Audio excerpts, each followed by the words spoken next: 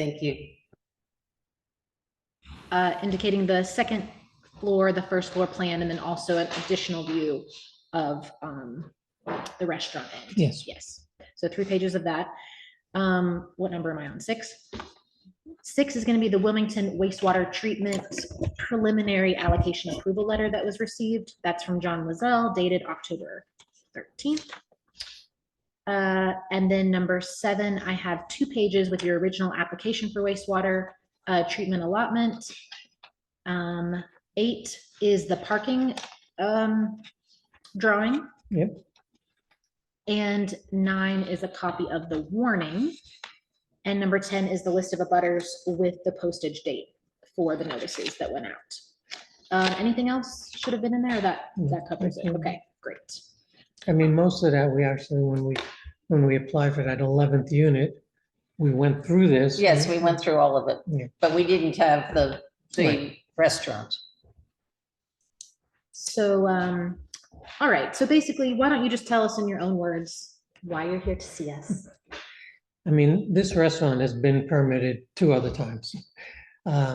Because of all the state requirements and things, I guess we ran over the 2-year permission. So we're reapplying to reset the clock. Now it's completed. We're just waiting for electrical and plumbing final inspections. And besides that, it's ready for a tenant. Nice. Okay, great. And according to the application, it's going to be a maximum of 45 seats. Correct. Okay. Which with permission to expand at a later time if we need it. Okay. Does the application say that? We just have to up our allocation. Okay. All right. So what I'm going to do is you kind of know the drill here, but obviously Article 2, I'm going to go through the articles now. Article 2 goes over the administrative procedures associated with this DRB, how you apply, submit an application, what sorts of things that we need to review the application. If you would like to appeal any of our decisions, who can attend the hearings, who can speak, and then how our decisions come about. They're in writing through the zoning administrator. And basically just that, you know, some things have to come to us and some things don't. So that just covers all of that in Article 2. Do you have any questions about that article? No. Okay, great. And then Article 4 obviously talks about the districts and the uses. You already know what districts that you're located in. And because of that, the restaurant is a conditional use, which requires you to come to DRB, which is us. And that's why we get to see your nice face again. Any questions about Article 4, conditional uses, anything of that nature? All right, so we'll get right into Article 7. These are always the standards, the questions that we ask that help us to understand if there's any impact on your neighbors or the area. So we'll start with 7.10, the use performance standards. Typical question, is there going to be any continuous, permanent, ongoing, or frequent vibration that is discernible at the property line by having a restaurant in the building? No. What about noise? Continuous, permanent, or ongoing, frequent noise in excess of that of a normal conversation must not exist at the property line, and especially between the hours of 9 p.m. and 7 a.m., which are our quiet hours. No. Do you have any idea of what the hours of the restaurant might be, a general time frame? I had actually spoken to Gretchen because I thought it was odd that every restaurant in this area closes at 8 o'clock or something. And I was questioning, and I looked up the state regs and it said 10. And I asked her, does Wilmington have their own regs? And she said, no. But I mean, I don't imagine that it would be any later than 9. So you will need to let us know what your hours are going to be. Yeah, once we've fixed, we don't actually have a tenant yet. We've interviewed some, we thought we had a deal going with somebody. I mean, we've literally done the whole thing ourselves. It's a turnkey operation. It'd be a home run for anybody who wants to open up a restaurant because that commercial kitchen was a fortune. We've totally furnished it, flooring, the walls, everything. So it's just someone has to come in and stock it with food and make the magic happen. So in your mind, you're anticipating a restaurant that would serve lunch and dinner, or you're open to breakfast, lunch, and dinner? Breakfast, lunch, and dinner. Okay. With our Airbnb, we'll have people, especially in the seasonal skiing time, that might want to run in for coffee or Okay, so breakfast sandwich or something, and if you had to guess an opening time for the breakfast, in your mind, it would be somewhere in the ballpark of, 8 o'clock. okay. And then you were saying that 10 was what you were targeting for the closing? No, I was just curious. Okay. That, But if why you- everybody closes at 8 o'clock. That's only during the week, I think. No, even the week, I mean, 9 is the latest anybody stays open in town, but. But So if yeah, I put an end let's- mark, We'll stay with, I mean, it's gonna be a big issue if we have to come back and raise it to 10, or should we just start it with 10 I and think close 10 at is- 9? Yeah, I think 10 is always good because you Okay. can give yourself the space. Thank you. We'll use those as sort of barriers for the. 8 to permit. 10. Yeah. And we're doing 7 days a week, 5 days a week? What are you thinking? The closest person that we have now that's almost ready to do this was gonna open 7 days a week. Thank you. All right, excellent. Okay, no operations or use shall create electromagnetic, liquid, or solid refuse, waste, heat, cold, dampness, explosive, fire, glare, or other hazard which could cause injury or damage to human or animal health, vegetation, or your property. I'm assuming with the brand new Yeah, everything. commercial setup, you're I mean, the whole building is, everything is new. no open fires. I'm just kidding. All right. Not so- inside. Okay, so we're good to go on those ones. All right, so for the general standards, it's just the board's job to make sure that whatever is used in the building is going to contribute to the town and make sure there isn't any adverse effect on things like, you know, roads, highways, bylaws, renewable energy sources, the air quality, and then specifically the character, aesthetics, and scenic value of the neighborhood, so your area. Yes. In your mind, is there any impact that would be adverse to No. using the space? for Again, the there's, I restaurant? mean, not many residential properties around us. Where are your hoods, like from the stove exhaust, like, are they they're not near any of the residential windows and No. things like that, but they're venting Yeah, it's up and away? to our right or left, or as you said, way back. All right. So, let me see here. We're gonna get into the parking a bit. Where did I put that? All right. First I'm gonna ask you about lighting and glare, your favorite. Are you adding any lighting with the? No, Okay. only internal. Right? Parking. All right, so I saw the map that you provided. Based on the review from the zoning administrator, we identified that there needs to be a total of 34 spaces that would be required across all the mixed uses in the building. Right, and I believe- 18 for the STRs, 1 for the office, and then 15 for the restaurant. Right. Okay, and so of the 34 spaces that are required, the plan is showing 60, do you know? Yeah, it was somewhere, I couldn't count in my eyes.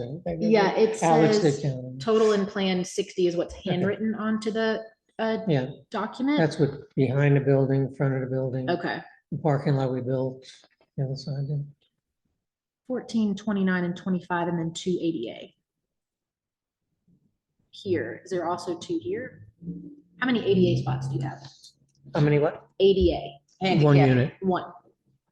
No, You no, said- how many parking places Oh. are going to be designated Well, as? in that area by the ADA, no one uses it, so there's about 6 spots there, but Okay, there's. we open do have space. one unit around the corner that they also park there, but Okay, yeah, there's plenty of parking for that.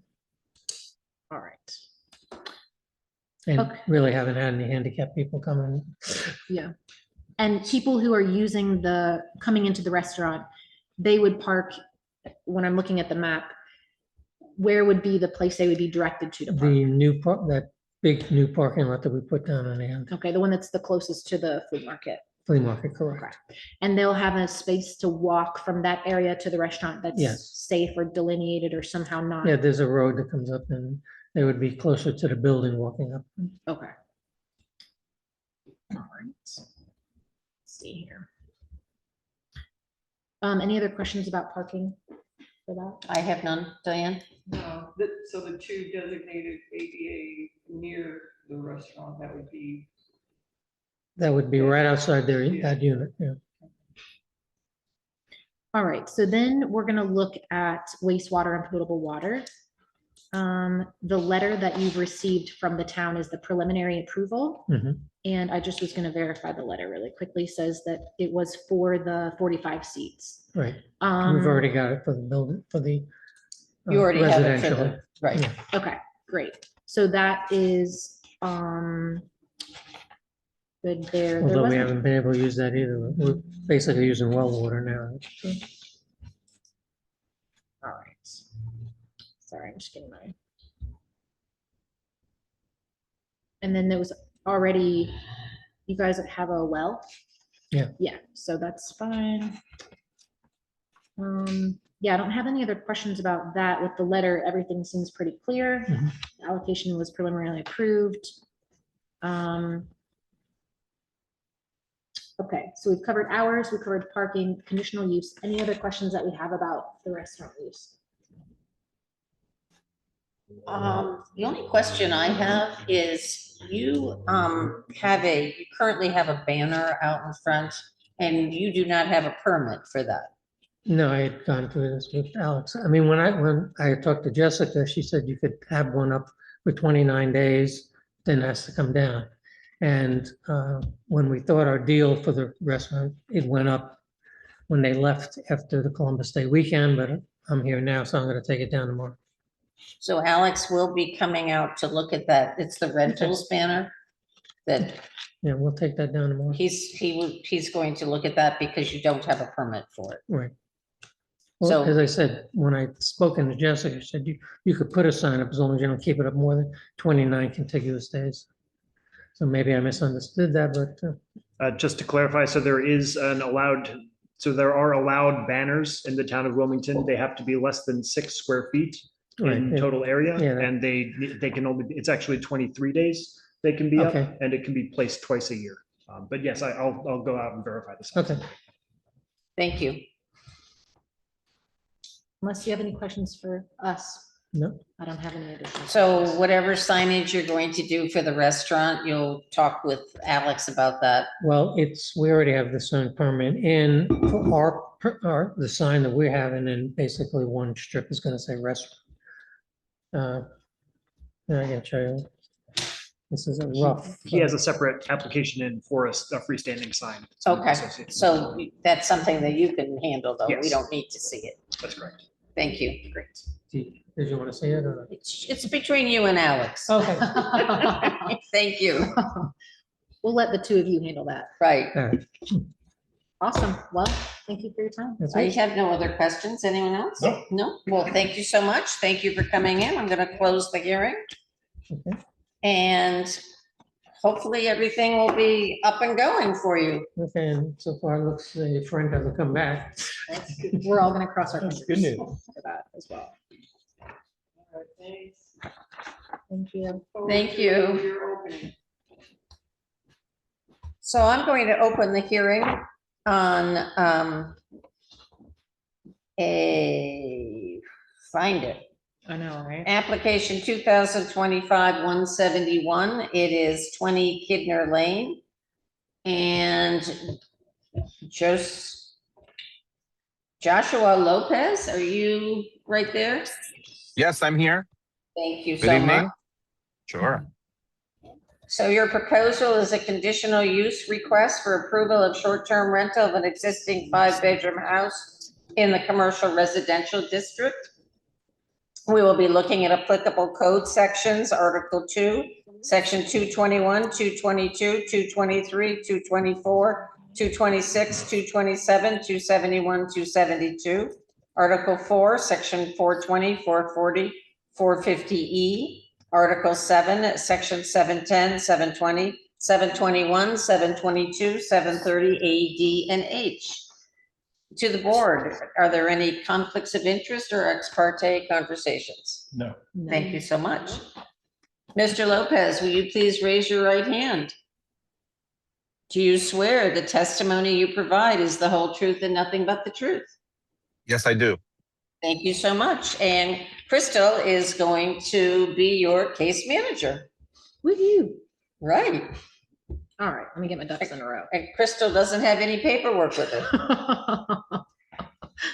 Which he's doing a great job flying by the seat of the pants. Just living on a prayer, folks. All right, so the first thing I'm going to do is just review all of the exhibits that are associated with your application. Number one, I have the Town of Wilmington cover sheet. Number two, I have the staff summary report. Number three is the DRB application, which is a total of 3 pages long.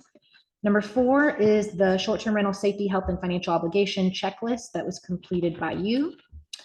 Number five is a total of 2 pages of layouts. We have one showing the setbacks for the property itself. Maybe we'll just make that number 5. And then number 6, I have layouts of interior floor 1 and floor 2. Number 6 is the lister card for Kidner Lane. Number 7 is the warning. And number 8 is the list of abutters with the notice mailing date stamp of October 1st. Does that sound like everything, Mr. Lopez? Anything I'm missing? Sounds like it's all there. All right. So before I get started, why don't you just let us know what you'd like to do at 20 Kidner Lane? Sure. So I would like to use 20 Kidner Lane as a 5-bedroom short-term rental property. Okay, sounds great. Are you looking to use it as the STR all the time, part of the time, just whenever you feel like it? I would say, I don't know. I'd like to use it all the time. I'm not sure it's going to rent that way all the time. Okay. But I'm familiar with Wilmington. My family has been owners in Wilmington for probably 20 years or so. And this is a property that just recently changed hands. So I bought it off of my cousin. My brother owns the house right next door. So I think he just had his DRB hearing like 2 weeks ago. Yeah. So yeah, we'd like to short-term rental it. And, whenever we can go up, we'd like to go up as well. Sounds good. All right, so what I'm going to do is I'm going to start going through all of the exhibits associated with our zoning ordinance. The first thing that I'm going to do is just sort of explain to you that Article 2 covers all of the administrative procedures associated with this Development Review Board. Basically, if you have any questions about any administrative procedures, you can look inside of that article. It explains what sorts of things we need for your application, how we review the design and the site plan. It talks about how we make our decisions and that we issue them in writing through the zoning administrator. It explains that if you make changes after the fact, after receiving a permit, you would need to speak to the zoning administrator and make sure that those changes don't require any additional visits to us. It explains that there are public hearings, which you're participating in now. It lets us know who can speak, which is you and any abutters or interested parties. And then it also just explains the role of us, the DRB, here in this town. Do you have any questions about those administrative procedures? No questions. Great. All right, so Article 4 talks about districts and uses. Our town is delineated into different districts, and there's different things you can do within those districts. So you're in the residential district. Is it commercial residential? Wait, 450E. Yeah, commercial residential district. And a short-term rental is a conditional use, which is why you're speaking to us for 5 bedrooms or more. Do you have any questions about the district that you're in or the uses that are permitted there? No questions. Great. All right, so now we're going to get into section 7, which talks about all of the use performance standards. Do you plan to have any continuous, permanent, ongoing, or frequent vibration that is discernible at the property line? No. Are you familiar with Wilmington's noise ordinance? I believe the quiet hours are from 9 p.m. to 7 a.m. Yes, that is correct. We would ask that if you please share that information with any booking sites that you use to ensure that your guests are also aware of that ordinance. Sure. So do you plan to have any continuous, permanent, ongoing, or frequent noise in excess of that of a normal conversation at the property line? No. Great. Let's see here.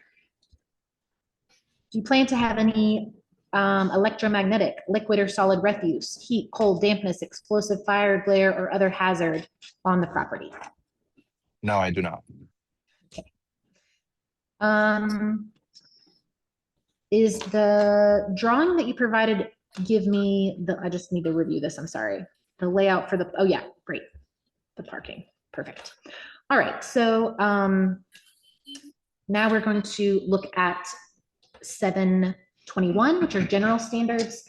The DRB's job is to make sure that there isn't any adverse effect on the character, aesthetics, and scenic value of the neighborhood, any impact on air quality, renewable energy sources, bylaws or ordinances, or any negative impact on traffic, roadways, and highways. Do you anticipate your short-term rental causing any negative effects in those areas? No, I do not. Great. Let's see here. All right, under section 730, we're going to look at some additional specific standards. For lighting and glare, can you tell me a little bit about, is there exterior lighting on the property? Presently, there is one light on the front of the property. It's one of those motion security lights. And then Yes. there's one on the back of the property just above the deck. That's all we have right now. But that one is switched. It's an on and off one. Okay, so part of our zoning ordinance is to make sure that lighting, glare, or reflections do not constitute an unreasonable nuisance to other property owners or tenants. And then also it can't have a negative impact on the aesthetics, scenic value, or the character, meaning we wouldn't want any lights blasting out into the surrounding areas, impacting wildlife, your neighbor's ability to enjoy their peaceful evening, et cetera, et cetera. And also we don't want any lighting that would impair the vision of like pedestrians or cars that are driving by, anything of that nature. So are the lights that you have on the house now, are they downcast, meaning pointed downwards on the structure? The one in the rear of the property is like a sconce light, Okay, which I'd like to replace anyway. So whatever the guidance is, I'll be happy to follow that. And then the one that's mounted in the front, it's actually mounted on like the front porch facing the house. So you barely even see it from the street. okay. So the ordinance just explains that lighting will be downcast and shielded. So you're gonna wanna just make sure that the lighting meets that criteria. Sure, no problems. All right, for parking, per the zoning ordinance, the number of parking spaces required for a short-term rental is 0.7 spots per room. So for a 5-bedroom listing, you need 3.75 parking places. According to the drawing here, I'm seeing 5 parking spaces. Is that correct? Correct. Okay, so that exceeds the requirement there. And then for wastewater and potable water, is the property serviced by the town or you're on your own system? I'm on my own system. Okay, have you had any failures of that system at any time that you're aware of? No, and I took ownership of this property this year. But again, it was previously owned by a family member. And I do know that the septic system was replaced 2 years ago. It's a brand new septic system. Great. All right. And then the last question is just in the amount of time that you've had the property, have you had any neighbors complaining about noise or the number of cars that are there? Any sort of feedback that's been pertaining to the usage of the property? No, not at all. Great. Will you have someone on site when you are not here that could be reached as a point of contact? I have a cleaning service. I'm not sure I'd like them to be the point of contact unless it's necessary. I'd prefer to remain the point of contact. Okay, great. I think that it's just important they register. There's already a short-term rental situation, right, where he would register his number. Yes. Yeah. The local, as I understand it, the local police have a roster. That way they can contact you if something were to come up and they needed to reach the owner. So in your application, I do have Arilda Lopez as an alternative contact for you. Is that still correct? Perfect. Yes, that's my wife. Great. Okay, does the board have any additional questions? Diane? No, John? Nope. No, thank you. Great. All right. Thanks so much for your time and for answering all of our questions. Thank you for coming in, and we'll close the hearing at this time. Thank you, guys. Appreciate your support. Thank you. And I'm happy to see that our Zoom seems to be okay. I know, right? Oh my gracious. I'm so glad that you have been here both I was times gonna that's say, happened. wait a Scott. minute. How does that? Wait a second. Hold on a minute. Uh-oh. We're still recording. Oh, Thank you. Okay, I'm gonna open the hearing on application 2025-170. The property address is 14 West Main Street. The owner is the town of Wilmington, and the agent is Scott Tucker. The proposal is a conditional structural alteration to modify 2 existing wooden decks and rehabilitate the windows of Memorial Hall in the Village District and Flood Hazard and Historic District Review Overlay Districts. We are going to be looking at applicable code sections or Article 2, Section 221, 222, 223, 224, 226, 227, 234, 271, 272, Article 4, Section 440, 444, and 450B. Article 5, Section 512, 520, 521, 522, 530, 531, 3, and 540. Article 6, Section 602, 609, 610, 620, and Article 7, Section 710, 720, 721, 722, 723, and 730A. To the board, are there any conflicts of interest or ex parte conversations? negative. Thank you all. And Ham is also with us, correct? Yes, Ham's the engineer on the project. Right, yes. Can you hear me? Hi, Ham. So would you and Scott, please raise your right hand. Do you swear the testimony you provide is the whole truth and nothing but the truth? Yes. Thank you so much. John Gannon is going to be your case manager, and he's gonna take it from here. Okay, great. Well, thank you for coming in tonight, Scott. Thanks, John. Thank you to the board for bringing us in as quick as you could. So I appreciate having 4 in an evening, so. Yeah. So the first thing I'm going to go is just go through the exhibits. The first exhibit is Town of Wilmington's cover sheet. Exhibit 2 is the zoning permit staff report, 2 pages. Exhibit 3 is the application for DRB review, which is 5 pages. Exhibit 4 is the site plans for Memorial Hall with proposed changes and existing condition, 2 pages. Exhibit 5 is the Division of Fire Safety electrical inspection results. Exhibit 6 is the Joslin construction estimate of work. Exhibit 7 is the Vermont Center for Independent Living ADA site assessments, 2 pages. Exhibit 8 is various photographs of the exterior of Memorial Hall, which is 7 pages. Exhibit 9 is the National Flood Hazard Map of downtown Wilmington. Exhibit 10 is the abutter list and postage date for notice mailing. Exhibit 11 is an email from Alice Richter to Alex Miller dated October 6, 2025, related to Memorial Hall repairs. Exhibit 12 is the Town of Wilmington warning, and a new addition is Exhibit 13, which is the zoning permit and application 2024-187 for floodproof of Memorial Hall, which is 18 pages. That was your previous. That was the first one. Yeah, but I decided it'd be good to add it. Why not? More information, better. Gotcha. Do you want to describe this project, please? Can I divide the project up? I have 2 grants, and the first one is one Ham is on. Can we just look at that first and then move to the others? And that way, if you have any questions, pepper them right away, or do you want them to stay for the whole thing?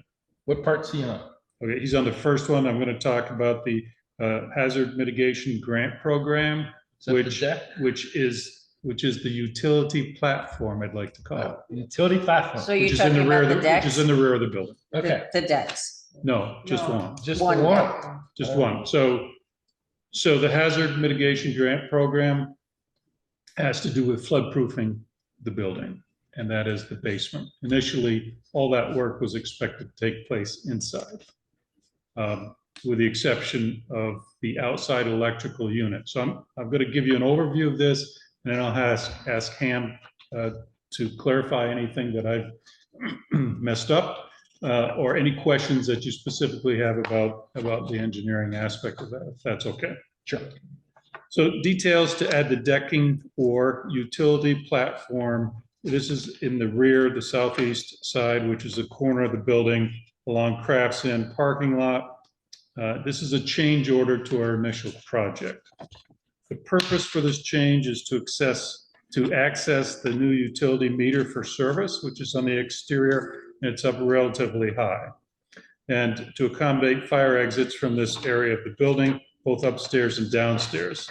The new meter, I believe, is at a new height that will be approximately 6 feet, 6 inches from the new platform, which is determined by FEMA and GMP to meet appropriate flood proofing standards for our hazard mitigation grant program. The meter is set to the minimum height needed for the FEMA flood proofing grant requirements. However, this height exceeds Green Mountain Power's maximum height. A meter can be set above grade. Therefore, extending the deck beneath the meter satisfied Green Mountain Power requirements to provide electrical service to the meter. The platform as it exists now is approximately 7 feet long and 42 inches wide. This deck should be a minimum of 5 feet wide. It is currently restricting the full opening of an exit door from the building, and both NFPA codes and OSHA require exit doors to fully open. The new proposed deck is 5 feet by 21 feet. It is not attached to the building. It will have stairs toward the back of the building, and the outside edge will line up approximately with the upper deck at the front of the building. Footings installed 12 to 18 inches below grade. A steel grate will be installed on the deck under the eaves to help with weather and that sort of thing, snow. It's called a 5-4 decking. Now, I had to look this up. Standard decking boards, 5-4 refers to a 1 inch thick by 5.5 inch wide.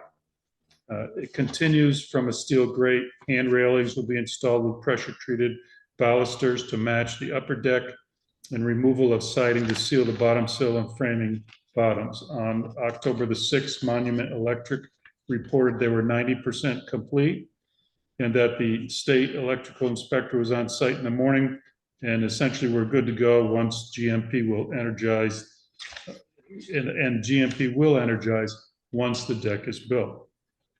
I understand the Vermont floodplain manager still needs to sign off and is required for a permit. And from my general understanding of floodplains, the water will flow under and around the platform. This is a typical requirement, based on my understanding of floodplain and our previous experiences. Ham, would you like to say anything about this? Yes. So this is part of a grant that the town sought for to do the flood proofing of Memorial Hall. The flood proofing is really 2 projects. One is the structural work, which is to actually prevent catastrophic failure and adding flood vents so that water can come into the basement. And that's really the main project. When the town went to go get grants for this work, another aspect of flood proofing is that you're supposed to get all your electrical stuff above the design flood elevation. So what ended up happening is the town submitted plans that I had worked on, and got money to do the work. And they also submitted a electrical proposal from a local electrician for a cost estimate to do the basic elevation of the existing electrical to the first floor. There really isn't any, I would say, electrical design except that what an electrician does in a commercial setting. A licensed electrician. They were taking the existing hardware and transferring it up to the first floor and getting the electrical meter above the flood elevation. So we will start the flood proofing of the building in February or March, I believe. With GPI was the contractor awarded that work, and Monument Electric was on a separate bid. Basically, it was just an RFP with some. It was a big specification manual with the scope of work described, copy pasted from what the electrician proposal was that was used in the grant. And once we got to this place where we're going to get the electrical meter above the water elevation required, I believe, what's basically the deck that we're talking about is only about 30 inches off the ground, a little bit, just maybe 29 inches off the ground.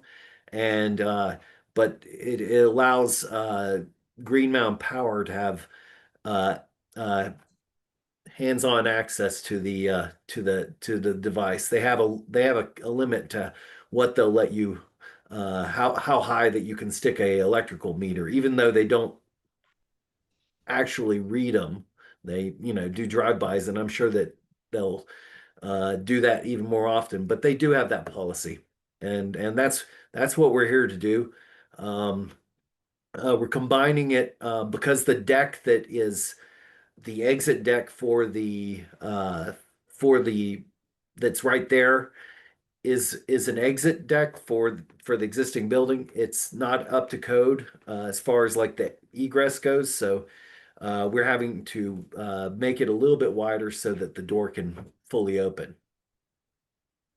and then extend the deck out there so that you can actually stand on it and look at the electric meter.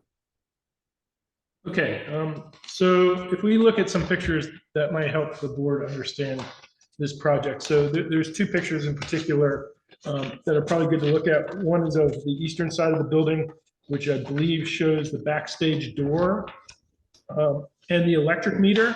I'm not sure which pictures you have. I can give you, yes. And then these are a few. Okay. These are a few more, John. If you want to look at these. So Okay. you can see the meter here, and you can see. All right, so this will be exhibit 14.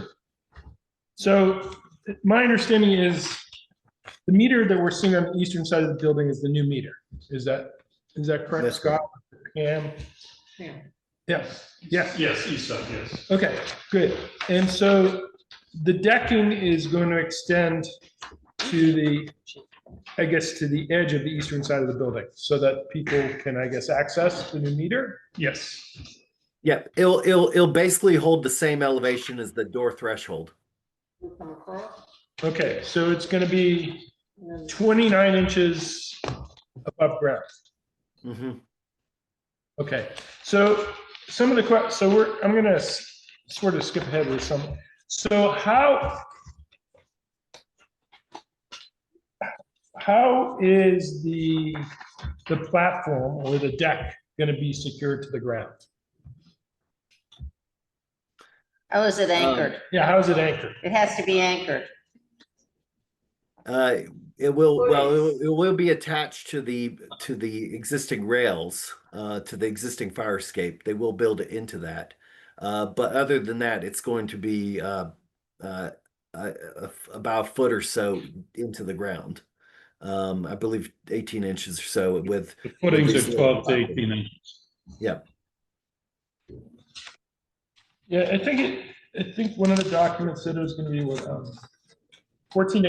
18 inches into the ground. Is it going to be cement? 12 to 18, yes. Is it going to be cemented into the ground? Cement, yes, I believe it's cement, yep.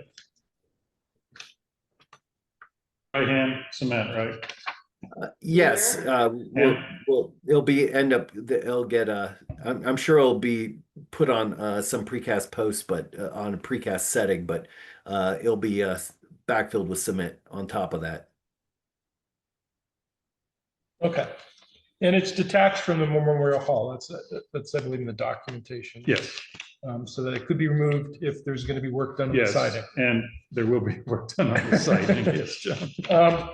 And so it's replacing the power meter that's on the rear of the building now. Yes, Okay. And so the fire escape is going to remain, it's just going to attach Yes. to the new deck? yeah, it's like, yeah, it'd be like an extension, except we're gonna remove the old deck and put in all new. Okay. And your concept for the railings is to replicate what exists for the access ramp? To be similar, yeah, to be similar in nature. Not sure if we get it exact, but it'd be very similar, yes. But with white paint, Yes. historic looking? Yes. Blending, we're gonna blend. Or make it disappear. Well, I mean, the beauty of this particular addition is that it's at the rear of the building. Oh, yeah. You're not gonna see it from the street. Okay. But your idea is they would mimic this style, the piece that's in the front? Is that what I understood or? no? Yes, Yeah. from the front deck, yeah. Okay. And just so we're focusing still on this, just, is there any lighting involved in this project? No, This part of it? no. Okay, good. All right. That's all I have for that part of the Do you project. need Ham for anything else, do you think? Is Ham involved with anything else? No? Okay, Nope. I don't think so. No. Thank you, sir. Thank Thank you Appreciate very it. much, everybody. See Ham. Thank you. Good to see All right, so there's two other parts of the project, correct? The So the next, ADA ramp and the Yep. windows. so the next part is under the Municipal Energy Resilience Program. It's a grant we received for 3 buildings, and we're going to talk only about a Memorial Hall.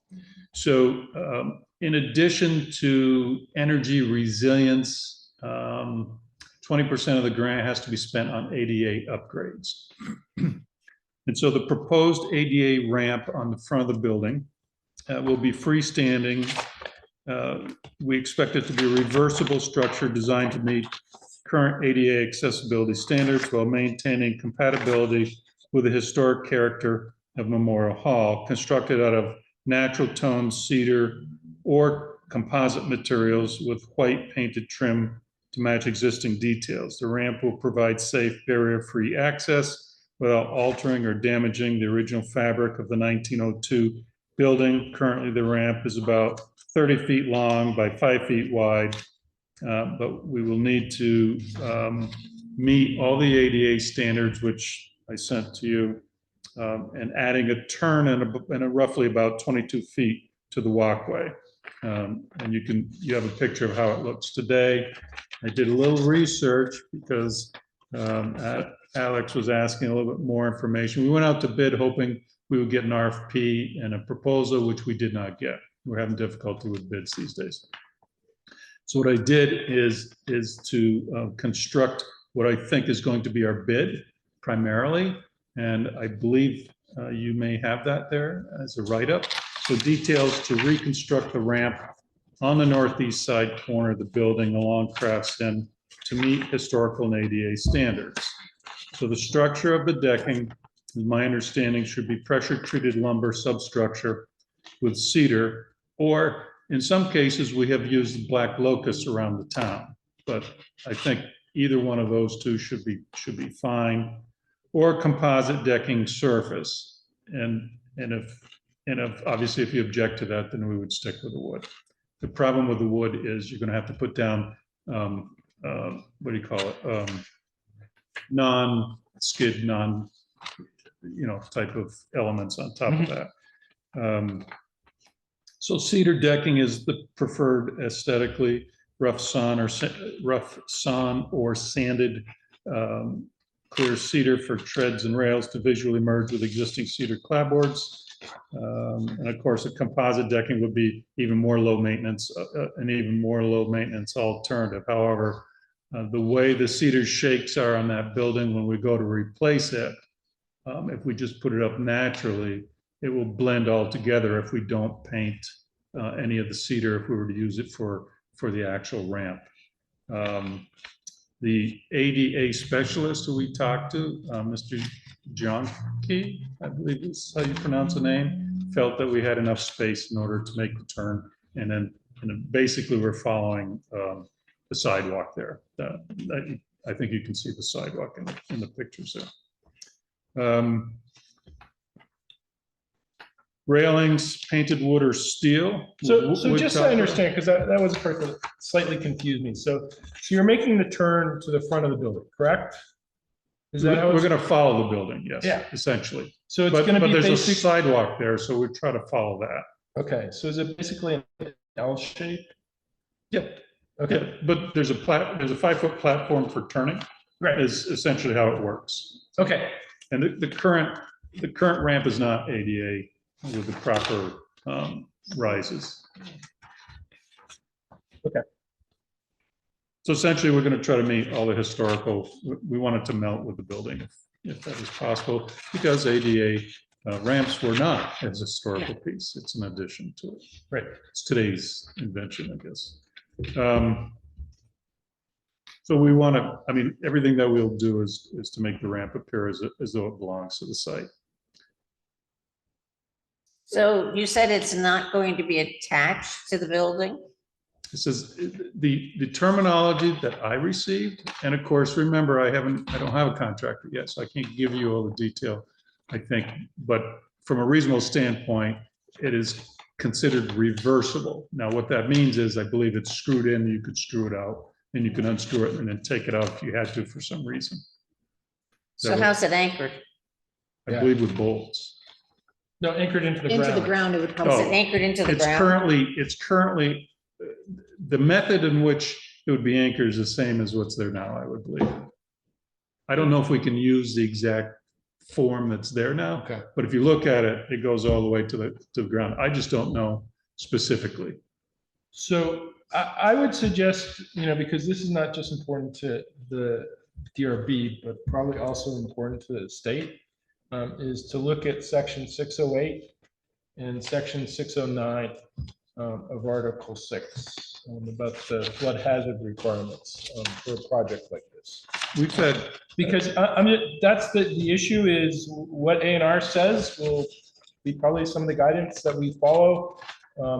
And I think, at least in past projects that we've done before the DRB, how a project is anchored into the ground is important. That's a part of the decision, is the anchoring. Yeah. So we would need to have the anchoring to be able to include it in the decision. Or the contractor would need to build it. well, I think the anchoring we'd follow state standards anyhow. So, I mean, you're asking me to have a contractor in order to give approval, but you could make conditions on that, I think. In other words, we will meet state flood standards on that. If you make that a condition, I think we're fine. Do you have a question, I- Dan? Just a couple of things. Sure. One, all right, on the construction, there's a ramp there now. Yeah. I'm sure it's got points. Is it sitting on the ground or is it anchored to the ground? I mean, it must have. posts, I mean, Well, that's a good question. I think it's anchored, but I'd have to go and I look. mean, every ramp deck I've worked on, and I'm working on several flood decks for properties now, and this is all very familiar, so just saying, it would seem that that's a pretty normal and standard. You're gonna have a footing, and there's gonna be a support. Yeah, and it's gonna it would stand have the to- next it would one have to The be. next one, I mean, yeah, no one's gonna sit the ramp on the ground. Yeah, that would be my Yeah. my understanding, Yes. yes. The other thing you had mentioned was that you were trying to make the ramp look like the building. And one of the things from a historic preservation perspective, where there's actually a different approach to that, where you're trying, we know it's not part of the historic fabric of the building.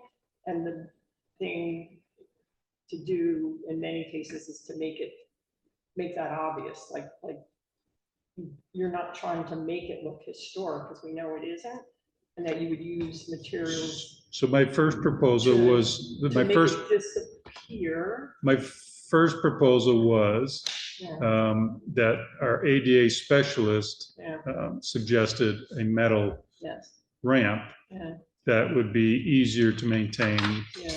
and be light and be a little bit lighter. Yeah. I am willing to go in any direction you want me to go into.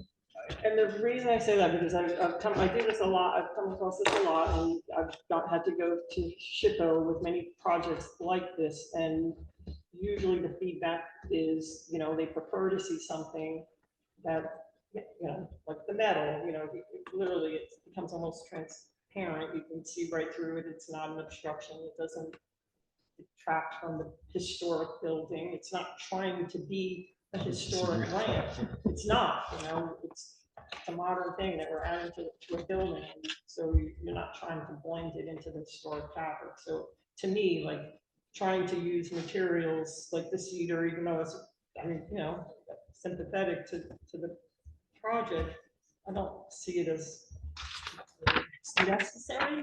Well, I actually appreciate the fact that they did go away from the metal ramp because, Well, I'm not saying it has to be a metal ramp. It could be the combination of, a wood deck with metal rails and a wood. But that was, that was some of my research is Right. that there was a recommendation in there, and I think I have a discussion in there about, Yeah. it could be a combination of metal and wood. Yeah, like mixed materials, you have it in there. Yeah. Wood or Yeah, I would leave it, decking. well, if you look at the pictures of the ramp right now, there is a wood Yeah. railing, but Right. there's also a metal railing on the interior of that. Inside. yeah. So, I come across frequently and face as a designer all the time with like Chico, with them just being like, it's not historic, don't try to make it look historic. Make it look like it's, the building shot through. All right, Anyway. any other questions about the That's- ADA ramp? No. Okay, then the final aspect of the project are the windows. So, the initial permit covered the windows, but I think, part of what Alex and I were talking about is that we're talking about 39 windows. And, they all have to be, as many as they can will be, taken out. And, when you have the opening, it'll be, plywood from the inside to block the opening. So especially during rain, when, we have some big windows, but anyhow, so there will be some plywood blocking. In other words, they will take everything out that they can, they go back to the shop, they refurbish, they bring it back, they put it back in place. But in the meantime, there will be some plywood in place. And then on the exterior, in order to protect that window afterwards, which my understanding from listening to both Adam Grimes, who is on the preservation list for doing this kind of work, he's in Brattleboro, is that the winterizing it with what the hell do you call it? With a storm window, yeah, sorry. With a storm window will protect it for years and years, maybe 20, 30, 40 years. So that's, and they've already done that on the library here. So if you wanted to get a sense of what it would look like, it's the library. So it's an exterior storm and then the interior refurbishment, because our consultant from Brattleboro, Paula Sagerman, and the state said that we could not replace the windows. Right, so you're restoring them Yes. and you're not changing them in any way. So No. they're going to maintain their historic. No, and some of the ones that were sealed off, we'll see if we can uncover. So there was a lot of insulation work done where some of them were sealed. We're going to try to cut around and do the best he can to maybe refurbish those too. Okay. So the consultant, when I asked them, I said, well, they're already blocked. When I go and reside, can we just reside? Oh, no, we can't do that. So anyhow, we're preserving all 39. That's wonderful. I know you hate hearing that. That's great. So how long is the expectation that it's going to be plywood? Well, remember, it's good. He's going to be moving around the building. So we'd like to think we're going to be done by July or August. But how long do you expect that a window will be plywood? Oh, I don't know. I don't have any way of knowing. I just can tell you the length of the project. But if And he's doing them by certain windows at a It's time, gonna and it's take only he like. takes 3 out, weeks. So- well, he takes out as many as he can that will fit into his van, takes them to the shop, brings them back. So And he replaces those and then he goes it's to an the ongoing, next. it's an ongoing process. Right, The best I got with a timeline is, we think that would be done in July or August. But at It any worked given through time, there's that. just some small segment of the building that's being worked on, and the rest of them will just look like. I asked him how many windows at a time, and he said as many as I can fit in my van. Okay, So, yeah. And they're different sizes, so. Oh, the big ones, yeah, initially I thought, let's get all the ones downstairs where GPI is gonna be out of the way, but then we have to be operating, so we'll probably try to do the big ones first, is what I'll ask him to do. quite a project. It seems so to A me, lot of windows. to me. But they do everything at the shop unless there's some reason they can't take the windows Okay, out. go ahead, John. All right, so now we've sort of heard a synopsis of the project. So now, like you've heard for the past 3 hearings. We can waive if you want. No, we're gonna go through the various sections of our zoning ordinances. So the first one we're going through, as we've gone through in the past 3, is the administrative procedures. That talks about what you need to do, what our role is in reviewing for a permit, who can appear, it's a public hearing, who may attend the public hearing, your right to appeal. If you don't like our decision, do you have any questions about the administrative procedures? No. Okay. The next section is Article 4, which is districts and its uses. So the Memorial Hall is in the Village District, which is section 450B.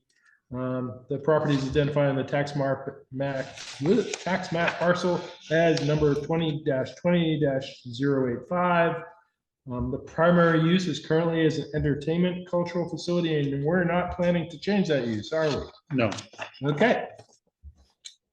So now we get into more of what we do need to review. So Article 5, Historic Design Review District. So this covers a couple of the overlay districts, and the one we're focusing on this evening is the Historic Review District. The subject property is in the Historic Review District, and so there are certain requirements contained in Article 5 with respect to renovations and changes to a historic building. And also there's information in Appendix 1 with respect to some of the design elements. So the good thing is, Scott, most of the information you provided was very detailed, and I got a lot of information from that. And you've already answered my question about the windows, is that you're basically keeping the windows, they're going to match the historical style and design of the original. yes, They're going to be boarded up for a while, but that's only temporary until they're restored. yes. Let's see. You've already talked about the deck, the utility deck, that you're going to try to make it consistent with the balustrades and the white painting of the existing accessibility ramp. The deck's not going to be secured to the building, so it seems it's a good maintenance issue that seems to meet the goals for the Historic Review Design District. ADA ramp. The documents describe how you're going to build it. The one thing that's a little lacking, as I already pointed out, is how it's going to be anchored to the ground. Yeah, I would Yeah, imagine that would have to be, because. Yep, but that doesn't really impact the historic district, but we're No. going to need that information at some point. So is you mentioned there were 2 options. You have an option A and a B for the railings. Is option A the direction you're going with the painted white? Yeah, I mean, I'm willing to do, the reason I put, both sides in there is because, and talk about a third one is, because my question back to our ADA consultant was, is there any standard, because he mentioned metal. He said there's no real, it doesn't matter what you make it out of as long as it meets the ADA standard. So if the historic review would like us to use more wood than metal, that's fine. It would be consistent with the building. Good with that, it'd be consistent with what's there now. I'm So, just saying, right, but what's there now? I'm just trying to.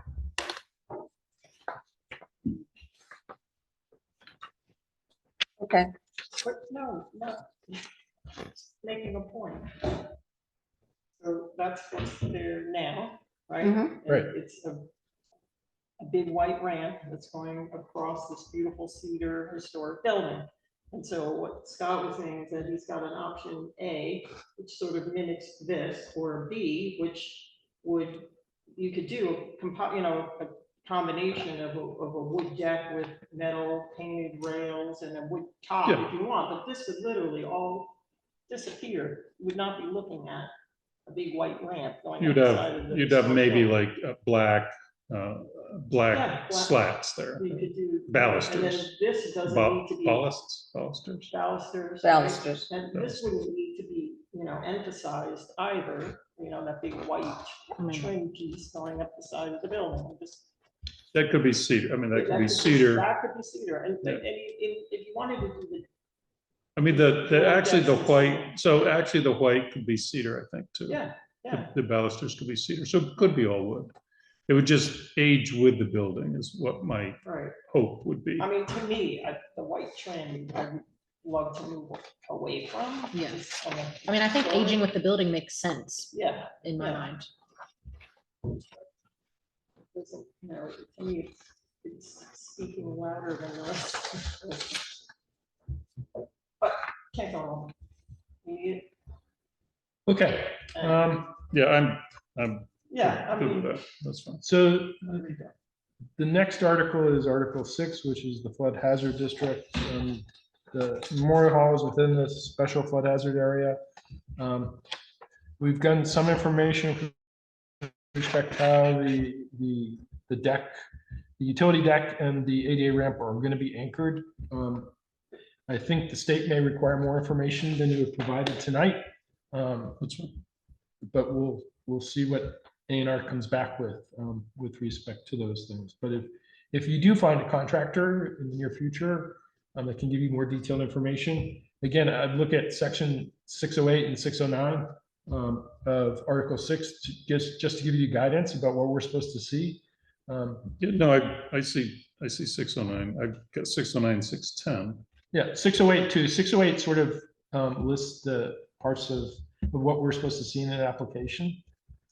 So you just may want to take a look at this. We're going to revisit this, right? Yes, this is going to be continued Yeah, so there's time because we to have provide more to, we information. need more Well, information. yeah, I mean, just keep in mind, since my first bid did not go well. Right. I was waiting to see what the requirements would be if it was any different than Right. I planned to Well- begin with. So, and we will meet state standards anyhow. Yeah, A&R may provide some guidance to assist you. It's fine. So. And you sent that request off today, Alex? Yes. Okay. All right, so now we're going to get to the Section 7 standards, which you've already heard about, Scott. So I'm going to ask you some silly questions. I've read and heard them. So first off, is there going to be any vibrations that are going to be heard from the property line as a result of any of these projects During the projects, or after them? not after, Yeah, no, except for entertainment. Yes. Yeah, Okay. during the project, yes, there'll be some noise. Is there- General construction, that's all.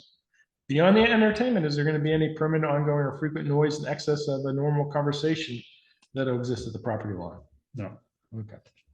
Are there going to be any air emissions of dust, ash, smoke, or other particulate that could cause injury to human or animal, vegetation, or the No. property?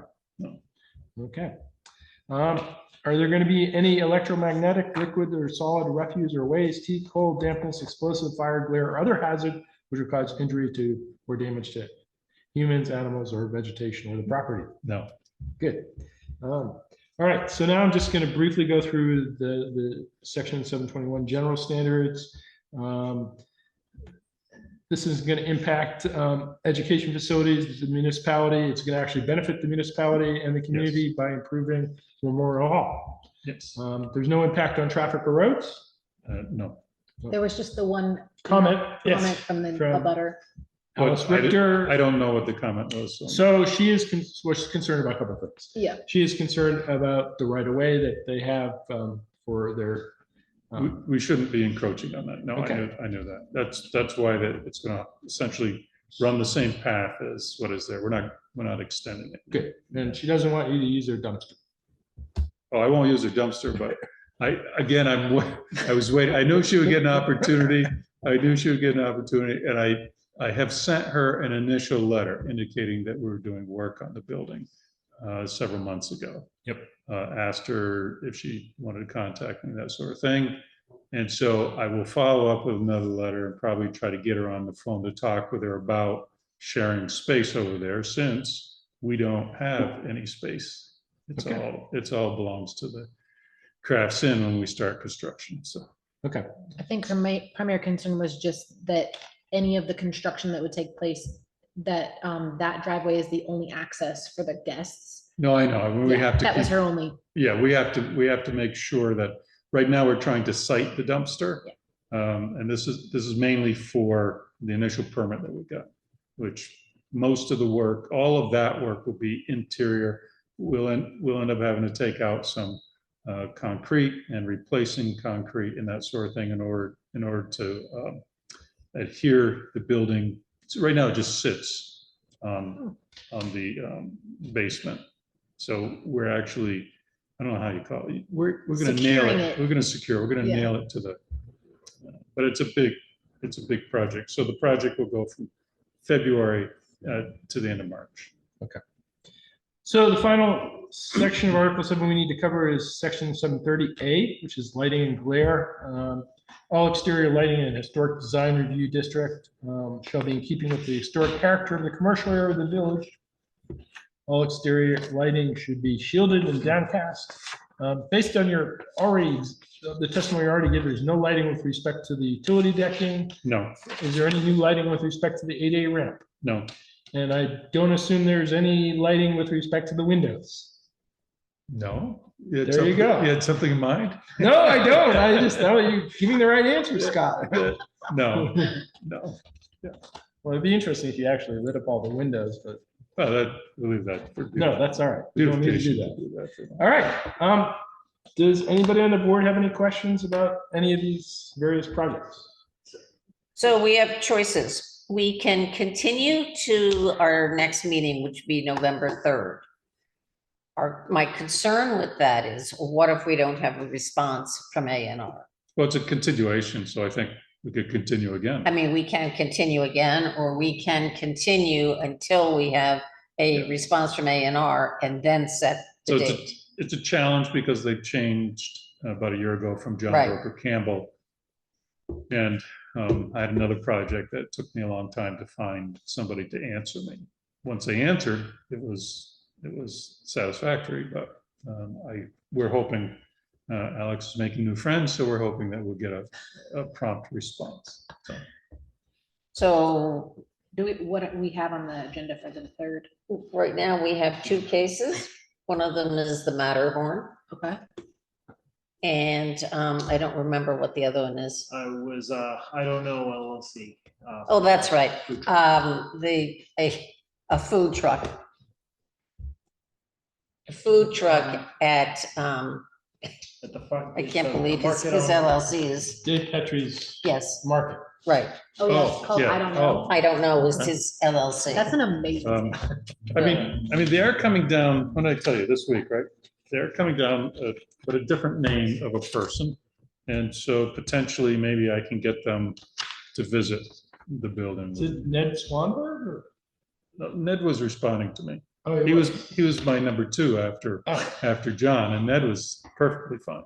But okay. they have, Yeah, because he's Yeah, been new- involved in some of the projects. around town. yeah, they have some new people. And So, I mean, I'm fine with adding it on November 3rd, and then if we don't have what we need, then we could continue Right, as of right now, we have nothing for the next meeting. for So Yeah. our the next, 17th. do we have, I don't think we do. We don't have a hearing Oh, I warning mean, after the 3rd? after the 3rd. Correct, Yeah, the nothing's 2nd. scheduled. We don't have anything at this point. I mean, there's still time. So let's continue to the 3rd. yeah, and I'll have Alex try to get them, the person who's coming to see another one of our projects. Maybe they can come over and take a look at what we're doing here, Okay, so we'll continue.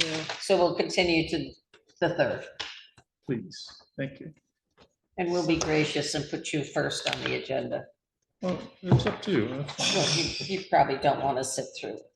I don't know. He loves it. It's his favorite thing. He loves being here for the screen. Right, yes, he might have to be too. Uh-huh. Okay, so we'll continue So we're to continuing November to 3rd. November 3rd. So you're primarily looking for A&R response Yes, to the two projects. yes. Okay, Structural, yeah, that's fine. footings and structural components. Yeah, anchoring, Anchoring of the That's fine. structures. focus on anchoring. Fine. I got it written down. Thank you so much. No, thank you all. And thank you for Appreciate it. being here for our wonderful event. It's always a pleasure. All And right. Good night. You too. Thank you.